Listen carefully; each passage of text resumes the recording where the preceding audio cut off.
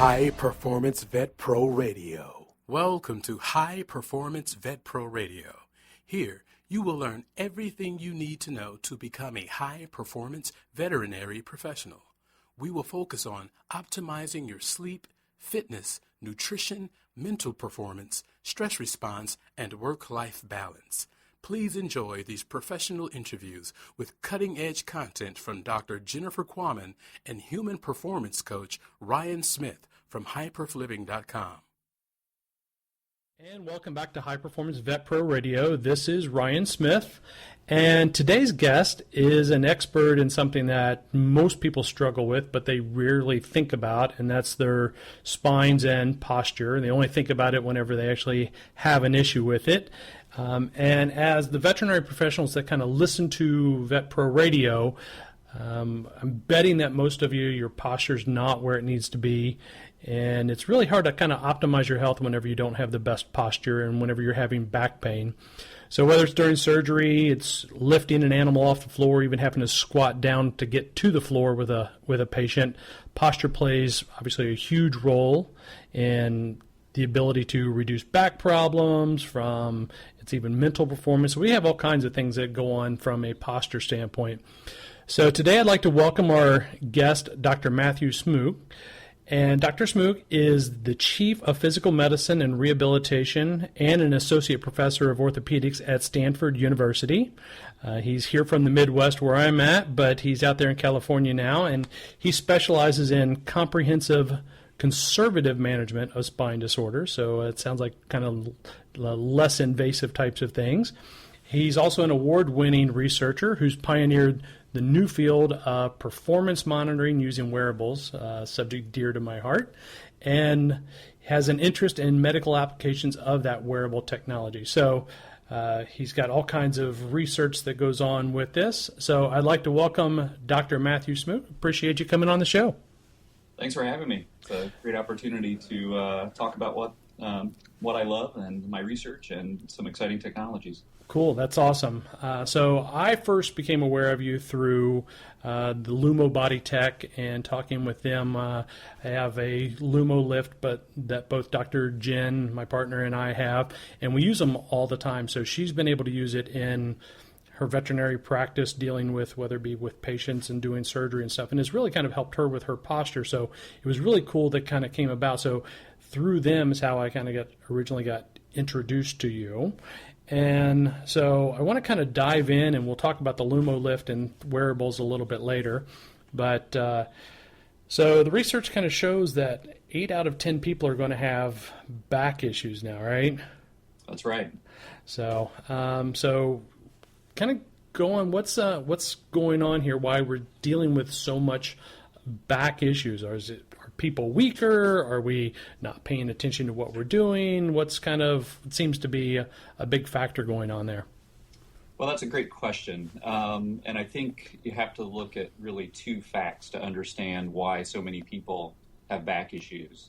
The first fact is that the spine contains multiple joints. You know, if you're talking about knee problems, there's really only one knee joint. There's two different main surfaces of the knee, and then there's the knee cap over the top of it. So, you know, it's a relatively simple joint. The opportunities for problems lie in those few moving parts.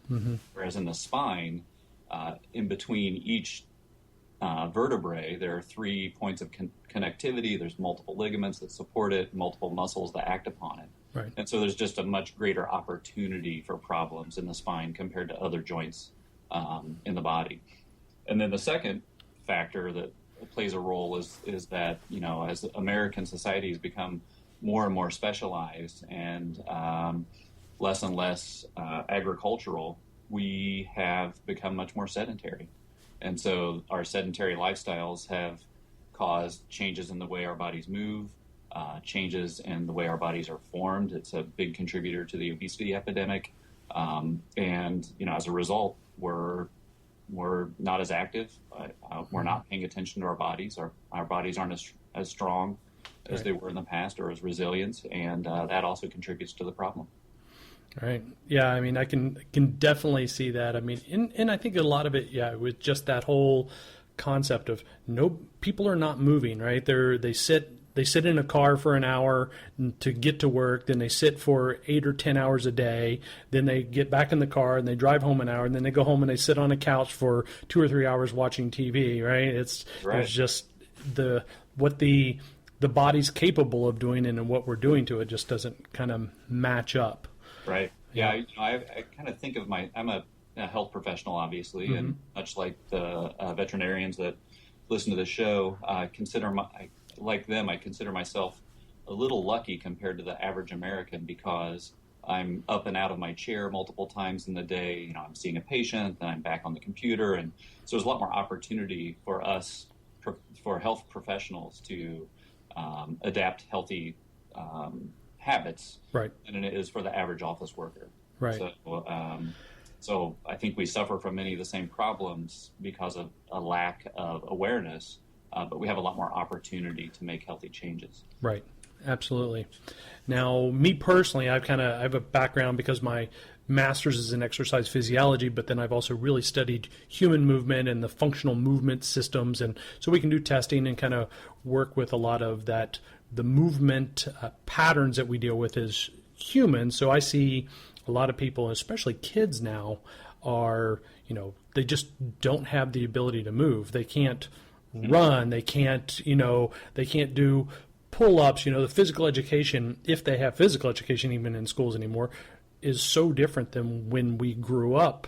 I just don't see our children, knowing how to really move anymore. And right, it's a big change in the way that our society approaches physical activity in general. Right.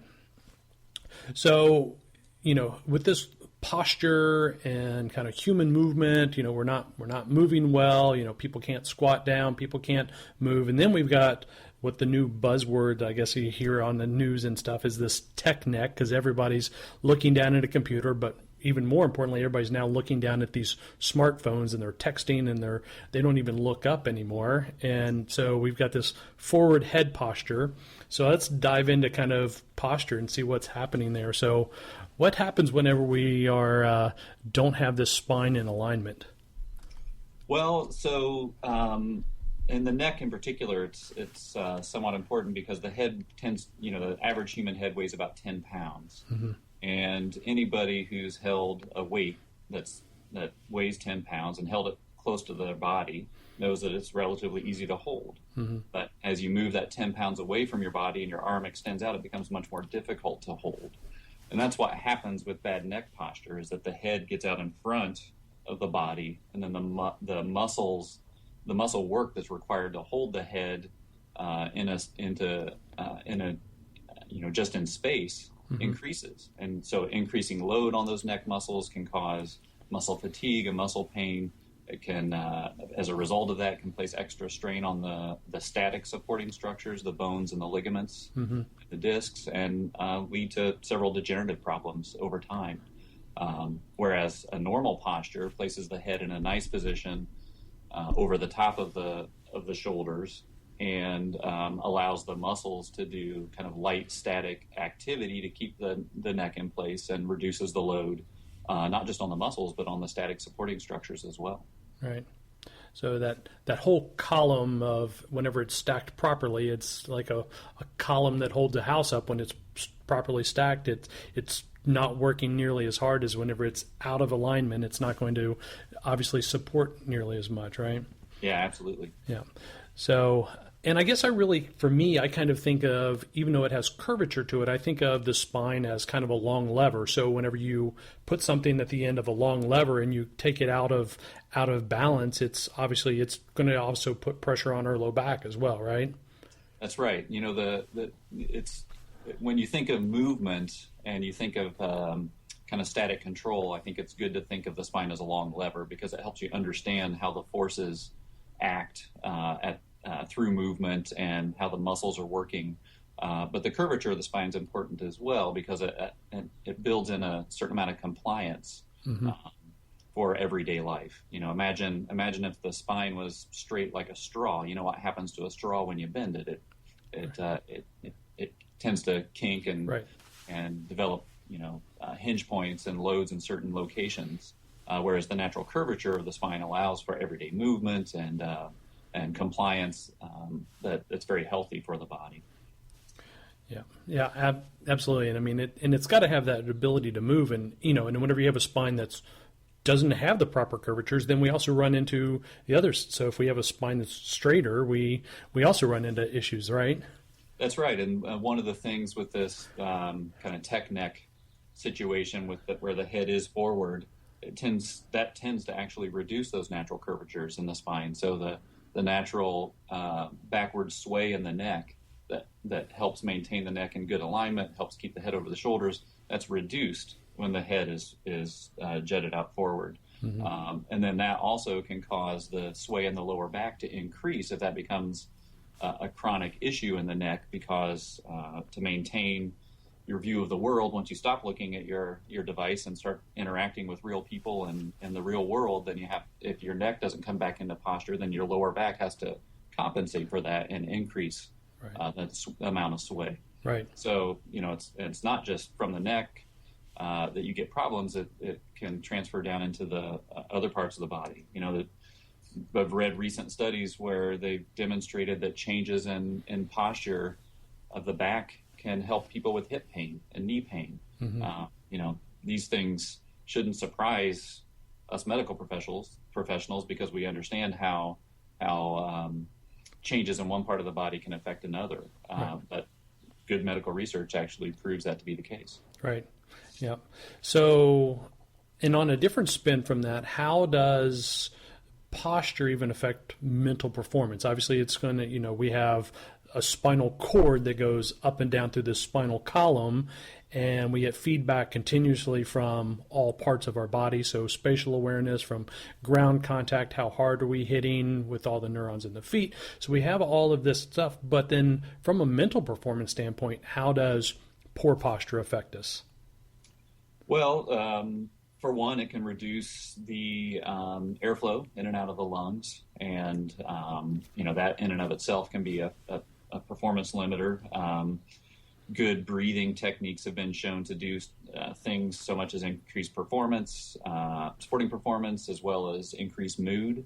Proper breathing is important for managing pain, for instance, especially in chronic pain states. Mm-hmm. And then pain and discomfort that comes from bad posture is a distraction, and that's one of the key things that I'm often treating patients for in my clinic. Is not that their neck pain or their back pain is so disabling that they can't do things, but it's distracting and preventing them from achieving their full potential. And so even eliminating a constant annoyance from neck or back pain that's related to posture can have a big impact on somebody's mental health and mental performance. Sure. Oh, absolutely, yeah. And I hadn't really thought about that spin on it. I mean, there's a lot to say about posture and self-confidence, but I hadn't really thought about the distraction of the pain that goes along with it as well. So, but that's a great point. Yeah, and the confidence side is also a big one. It's, everybody can, probably everybody had somebody in their life, their mother, their grandmother, maybe uncle or father told them to stand up straight. Mm-hmm. And it does display to the world a certain confidence when a person has good posture. Right. Yeah. I mean, you can look at people like, even Tony Robbins. So here's this self-help guru that, one of his big things is, and he's a kind of a larger than life guy anyway, he's 6'7" or something like that. But, one of his big things is about posture and his ability to stand and what he does to get ready. But then there's also TED Talks that are on this. So there's a lot that talks about that self-confidence that comes from posture as well. So I can definitely see that. But that was a little aside from where we were going. But again, whenever you're a healthcare professional, so we're talking about you as a human medical doctor, or whether we're talking about DVMs, you're dealing with people, you're having to deal with patients and clients and everything else that's on there. And there is a certain amount of self-confidence that has to come from your daily interactions too. That's right. Yeah. So again, dealing with that physicians and kind of you as a physical medicine physician and orthopedics, and knowing kind of a lot about what medical doctors go through, whether it be and also dentists and the veterinarians, obviously posture is a huge thing whenever they're dealing with surgery or whether they're seeing a patient or as a dentist leaning over, looking in somebody's mouth. So, these are obviously very poor posture, positions that you want to be. So Right.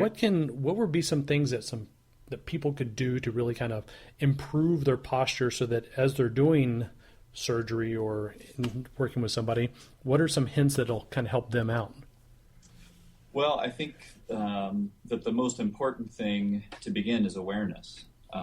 People just don't think about it a lot of the time.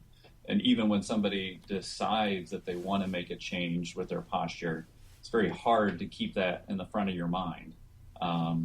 But like anything with awareness and time, it can become an inherent part of your being. And getting from initial awareness to making it an inherent part of your daily routine is a challenge.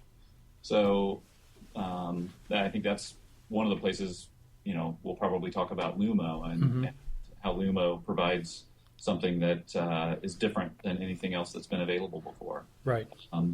But also for the healthcare professionals specifically, to contextualize it a little bit more, I once had the idea of doing a research study to look at rates of spine surgery among different physician groups. And I had the thought that that doctors who knew the most about spine surgery, spine surgeons in particular, would have one of the lowest rates of spine surgery amongst healthcare professionals, because things have changed a little bit in the popular media since I first thought of this idea, but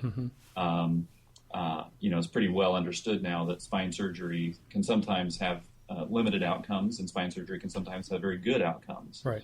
And as a spine focused professional, I know which circumstances patients have very, very potentially good outcomes with spine surgery and when it's less predictable. And so I thought that spine surgeons would have a lower rate because they would avoid the types of surgeries that are less predictable in the spine. And as I was researching this and trying to put together the research protocol, I'd learned that there had already been some research done on the topic, and it turns out that spine surgeons actually have a higher rate of spine surgery than the average medical physician. And then I looked a little deeper, and it's actually surgeons in general, as well as dentists and other healthcare professionals that do operative procedures. And it's this static posture that's involved in the operations that they're performing that put them at risk, it seems. Right. And so I mentioned earlier that as healthcare professionals, we have certain opportunities to make behavior changes. We also have certain challenges, especially the more procedure-based physicians, because of the postures required during those procedures. So I think it's really important for that group of professionals to start to build in the awareness that's required to avoid problems from posture. Right. So once a person has awareness, the second thing they need to do is also make the link between their awareness and any potential problems. It's pretty easy to tell when your muscles are getting fatigued, Right. Or when you're having a little bit of an achiness here or there. And if you're having some aching pain in your neck or your back, it's pretty simple to make some posture corrections and then see, does it feel better? And if it does feel better, then you know which posture is more favorable to you. Right. Now, maintaining that posture becomes a problem because, number one, you don't always have the awareness to do it long term. And number two, the muscles often aren't conditioned to maintain the posture. So some work needs to be done in order to build in the muscle strength and fitness to allow you to maintain that healthier posture. But it starts with awareness. Sure. I even kind of talk about it that it is almost as a movement pattern. It's like retraining yourself on that is really in parts like learning to sign your name a different way. It takes lots of practice to be able to do that. So it's It's reteaching, and people call it muscle memory, and I don't really like the term muscle memory, but it is truly a movement pattern in how our body adapts to it. And people think, oh, okay, we have a device now and it reminds me, but it takes a long while before you actually develop this new pattern and new position for yourself, right? That's absolutely right. I can even give a personal example of something like that. I had got into a period of time where I was waking up in the morning with some pain between my shoulder blades, and it seemed mostly muscular, but it's hard to tell for sure. And so I started paying attention to what my posture was like as I went to bed and went to sleep.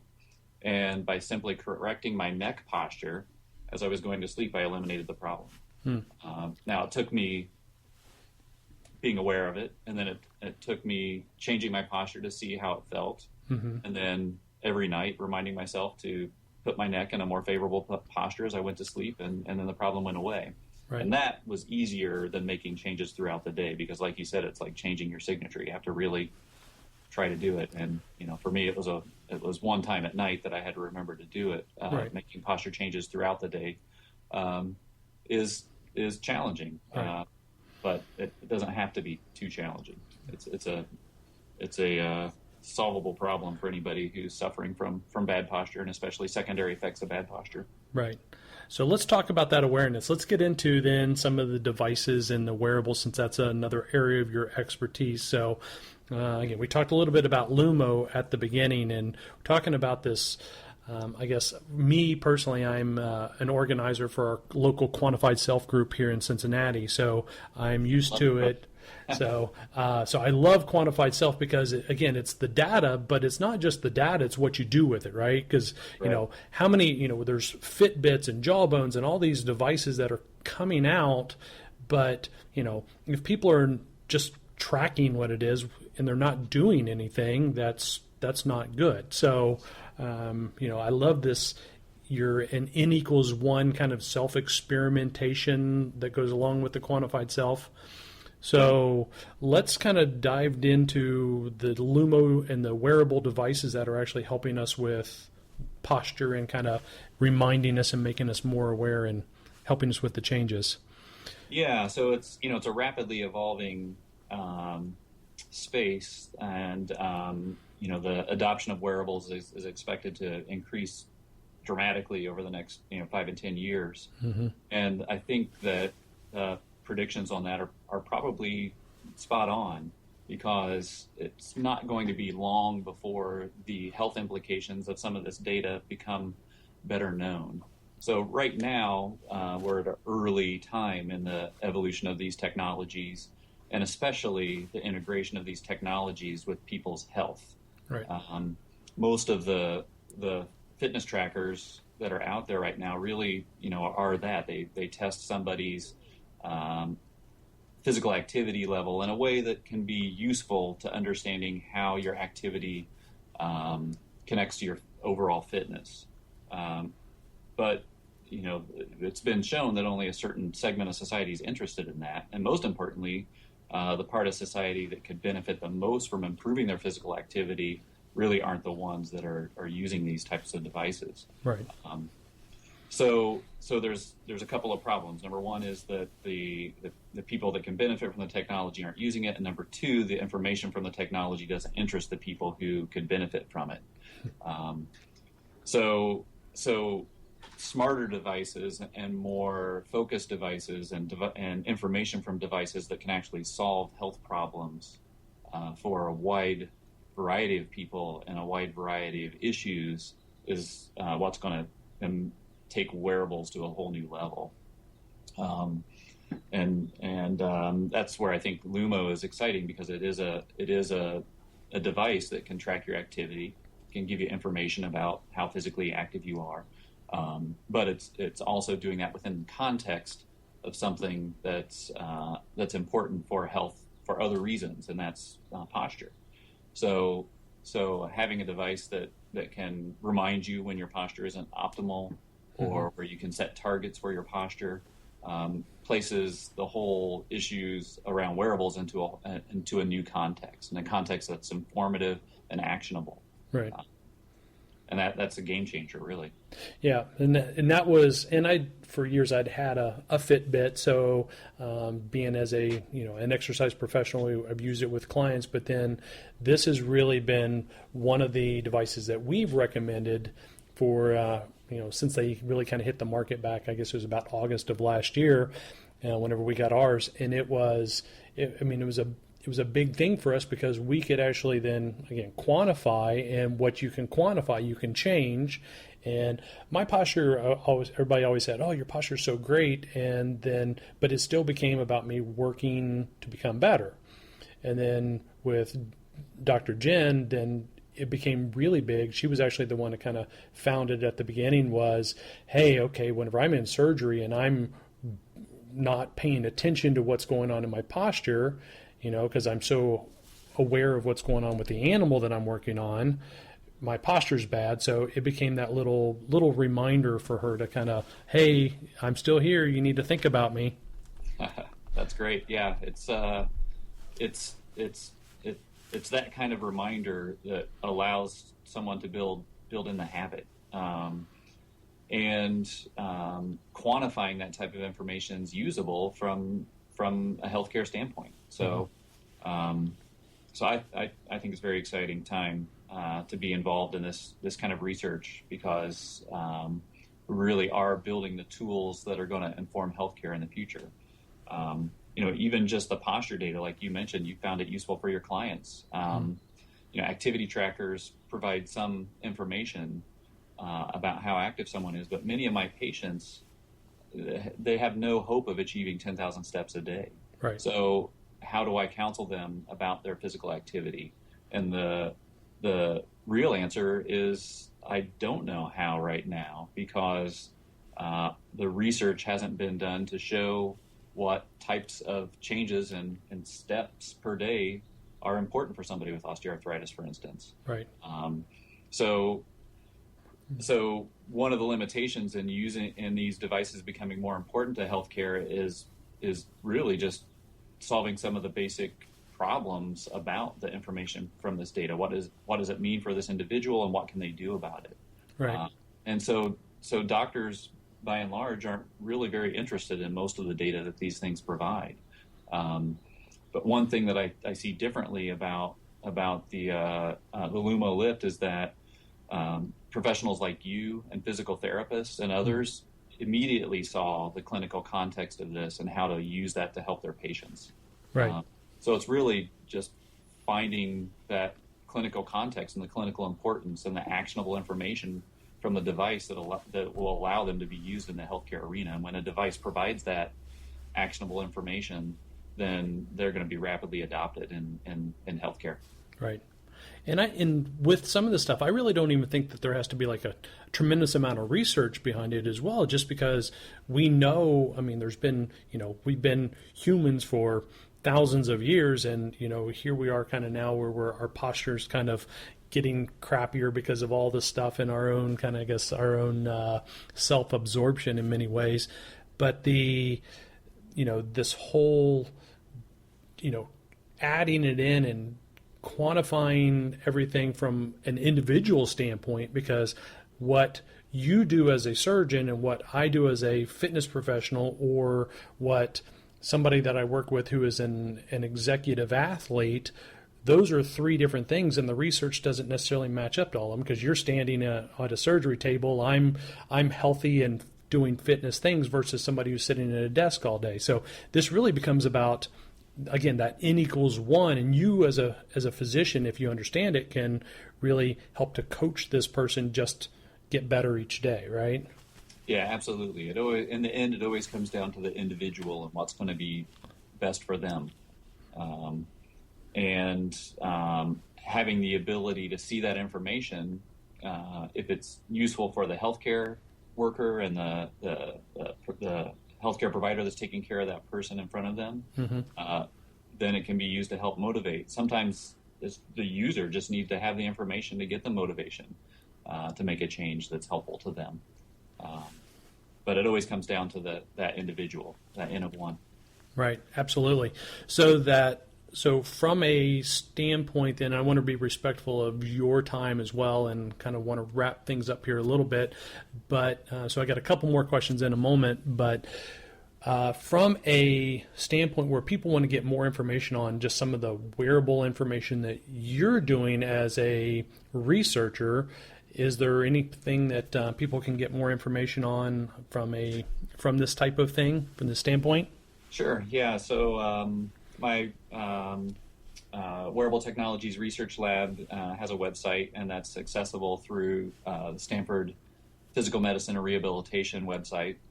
So anybody can Google that. Okay. And look up what we're doing. Okay. And I'd also like to add that it's, my research lab at Stanford is part of a, fortunately in an environment like Stanford where there's a lot of things happening. Mm-hmm. A lot of exciting things happening on campus around wearables and integration of wearables into health. So it's an exciting time to be here at Stanford. So there's lots of other information on Stanford's website. Great. About this type of research. Great. We'll put that in definitely in the show notes so people can link to that as well. And then we'll also put some links to the Lumo that we've been talking about, the Lumo Lift.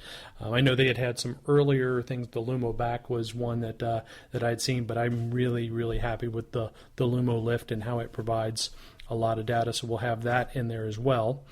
So I've got two last questions that we're going to kind of dive into. These are questions that we ask everybody on the podcast. And number one, you've kind of worked hard to get to where you are today, but tell us about something that has been difficult that you've had to overcome yourself to get to being this high performer. I mean, so you've got you're the chief in the department, you're doing research in orthopedics, so we've got all this that you're there. So I would consider you definitely a high performer in your industry.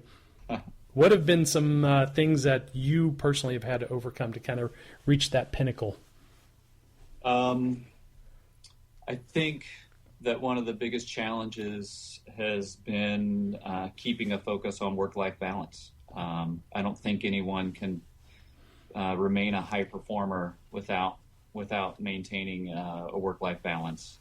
At least not a happy high performer. Right. And that's difficult. There's always more that I can do. There's never a day that I don't have to say no to some things that I'd be really excited to do, mm-hmm. Because I do have to maintain my own health, and I do have to maintain happy relationships, and I want to maintain a proper balance, and that's a constant challenge. Right. So it's one I think that I've been fortunate enough to manage fairly well, but it's difficult for people that are in leadership roles. Absolutely. I like to, whenever I'm talking to clients, we like to refer that one to as a work-life choices versus a work-life balance, just because everything is a choice and there's always going to be a consequence to one of those. And it's like, okay, I'm going to give up something that might be potentially work-related so that I can definitely make sure that my family is or relationships and friends and my own personal health are all taken care of, right? Ryan, you've helped me already. I never heard it put that way, but it really rings true because it's never. I think if you think of it as a balance, mm-hmm. thinking of it as a balance, almost makes me feel like I've failed because it never seems like it's balanced. It seems like it's making the right choices. Right. So yeah, I like that. That's Great. a great way to look at it. Right. And then our last question here is, so everyone kind of has their own interpretation of what it takes to be a high performer, and this is about a high performance living, so we're all kind of raising the standard on our life. What is it, what would you consider it being a high performer? What would your interpretation of that be? My interpretation of being a high performer comes down to simply doing your best.